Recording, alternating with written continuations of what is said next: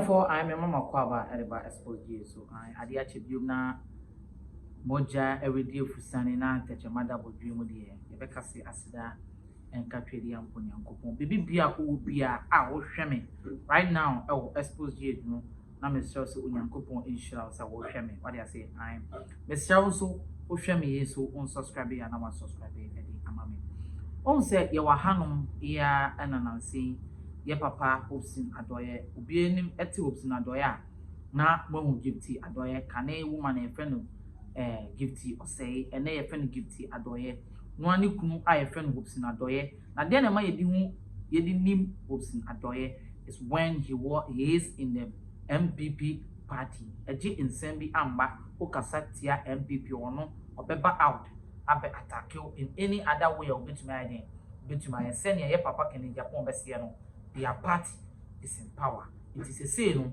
or no so a party our power. So for much of it, we have known him for that. Now, Monim say recently, Papa Hopeson Adorye a campaign at the man Alan Cash. Tio or campaign at the man Alan Cash. Though the flag bearership of the MPP no akata kra Yεbε flag bearership delegation na eno too so Hopeson Adorye akotu support ediama Alan Cash na eno so no akufado aban so otiso yi so no ono so tu support no ede ma Bawumia because he wants Bawumia to continue his legacy for him na eno so ntino post ayama Hopeson Adorye eti ano no ensema e chance ono ankasa na de aba out ye hinedi no wakotena station bi so a station na wakatena aso no waka se nana nyame behwe yo nyame behwe Yεbε Didi asem we ama na video we achi abefo 10 times so ankofo bebre e komoti e bi mo sre to the extent say A+ crap aba bontin a wabekasa a wo kire say ai ye ni na Yεbε Didi obekasa ase na say oh and that means or refer to what Hopeson Adorye e kan no oka san same we ni na ena ye nua be ma owa abrochimem Twene Jonas hwefom glass kwa bibiri enso eye nipa wo abrantie ede moaye abema Hopeson Adorye a waka ono so na adwen ede akire no yenkoti nsema Twene Jonas za kwasi ampan na friends hopeless Adorye osiwan kwasi ya bi no uza me di akofo ado achi enu nti ye kanokre wo se wo betata nipa kanokre na meme ye de na ba na mo fa chire report ma embassy no mo report ye nko fa Twene Jonas abrofo ne frame immigration for na abrofo no me kwa am se na de na wodi aye omo a da bia ye report si ye me family ye si chesi ba da bia na ye de letter kwa ne nko fa Twene Jonas ne ye sei na Twene Jonas broni no so ehwe Twene Jonas record a me ba America me ni bone minko wi obia bibia minko ntokwa because me ye nipa papa nti omo nti ase se nipa bonefo age bibifo mfriga na aba omo bokro no na omo bu omo yire omo bu omo ma ye sise omo gu prison ye nka se ye nipa to ba kokra na Twene Jonas ya onu onka obia oni obia ne asem mekro obia ni me nti wo Hopeson Adorye se hopeless Adorye o se hwan nya jimi se nya me be mo ye didi sofo no ti wono kra kom de no wo no kra ope afro amu aseni ni sika enti no ka cho se first ka beji anwa no Yesu bia ma wu nidi fa kwasi akopa adwuma of tell you the truth me na o ka se di enti na me na yere because me share that who reason ti amekofo obi na obi akodi no na mabenya pressure mabedwene ho se obi adi obi enti medwene nti se menya me yere no di a obi di obi a me mfa ho anya ma se me mo ka bia za kwasi ampan na friends hopeless Adorye osiwan no kwasi abi no I was therefore I with the enyeme and I'm a kind Hopeson Adorye a replier Twene Jonas at the abeman and no because Addo baby na Twene Jonas during the COVID time na Ghana we were not seeing the hardship that man because of the COVID but now Twene Jonas in the obie na no now he was attacking the people of this country especially the government officials obo mwechi and say I can't be or can I drink a man penny for ye dear. One say even though he was not in Ghana but our Buchino, or be a platform be in my Ghana for I feel no be also two cameras in anymore. Now he's attacking the government and Ebeye something common same will be to me Canadian at the chair government without any intimidation. When no one said no, the power and our source in our boy because the guy was pulling crowd. Ebedu baby Twene Jonas on his platform was able to pull about 5 million followers on his show. Go for continue so 5 million. And it break one of the record in Ghana. Say, hey, and about 5 million extra Twene Jonas. I want to show so all he was talking about was comparing Ghana to abroad. And I watch that say, abrochile ye, you paying for diablo, if you call me sick and a diablo and a crown, and paying for a discount.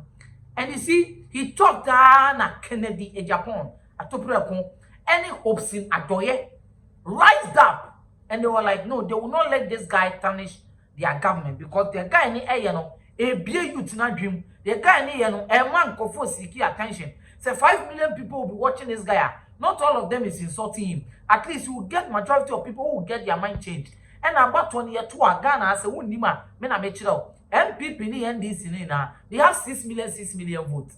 It is 6 million votes. No, Kakrana ebe count no, and he a pretty winner. It is a profile video na some profile now. We don't know the people who are watching him because he is not affiliated to any government. Eneto Kasana Mahama no ayeno, Akufo-Addo no ayeno. So they decided said they will attack him. They will find a way for the guy to be deported. It's a guy no and one part watch there say reply no take us much as American embassy for one of my friends. I'm not here. What better now Abrochile the Yebebo biaba and they won't need papers. They were bokrono. They were to be mona. They are just say you on your bruni, near Tunaba, a body chrome, and they are chilling we are not yet or sentence we are near man ya bona kunicrum. Now who near fear? Oh my now to me and childa. Who near Bonibia and Brebian childa. It's your damn pan a wire potian and Kofo Fro say ya attack you and all that.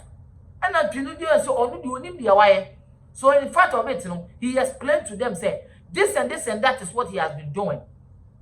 And he has been talking about Hopeson Adorye Mukasa to the extent of Hopeson Adorye anything in Japan, and to one Abroche, and for the few time, I'm part of Twene Jonas Mukakra. It is for the past a week. Near Twene Jonas on his social media platform anymore. We are not being able to track him because now at the end of Firẹs, but now it was getting tensions. It was getting serious. And he paid Yambre, Ghana. And people were like, really?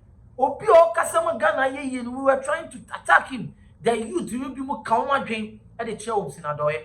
Now say Hopeson Adorye. Now as a Wunima. This is another manner. After Twene Jonas issue, no. After Twene Jonas issue, Hopeson Adorye, a baby Ghana for echoes, say a program be Independence Square. I've forgotten the name. A festival, be festival. I know say make no. Now you could boo the president.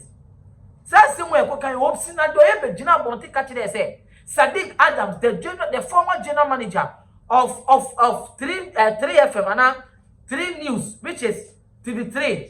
Sadiq Adams, Okasi boy, and as a Fadam and Fako Dinao, so boo the president. And he tarnished the guy's name to the extent say coordinated showbiz. And a guy also 7 indirectly, professionally, and damn a decimal chance. And a dirty job be a Ekosu MPP Mubiano. You are the one who hails to do it. And then I remember sorry, Nama Kotina ABIM friend say, baby, no assistant confess someone boo the president. I didn't need to be here. The youth of the country already know what is going on in the country. He has no right to go and stand anywhere and cast I did not air Kosono. Omunim.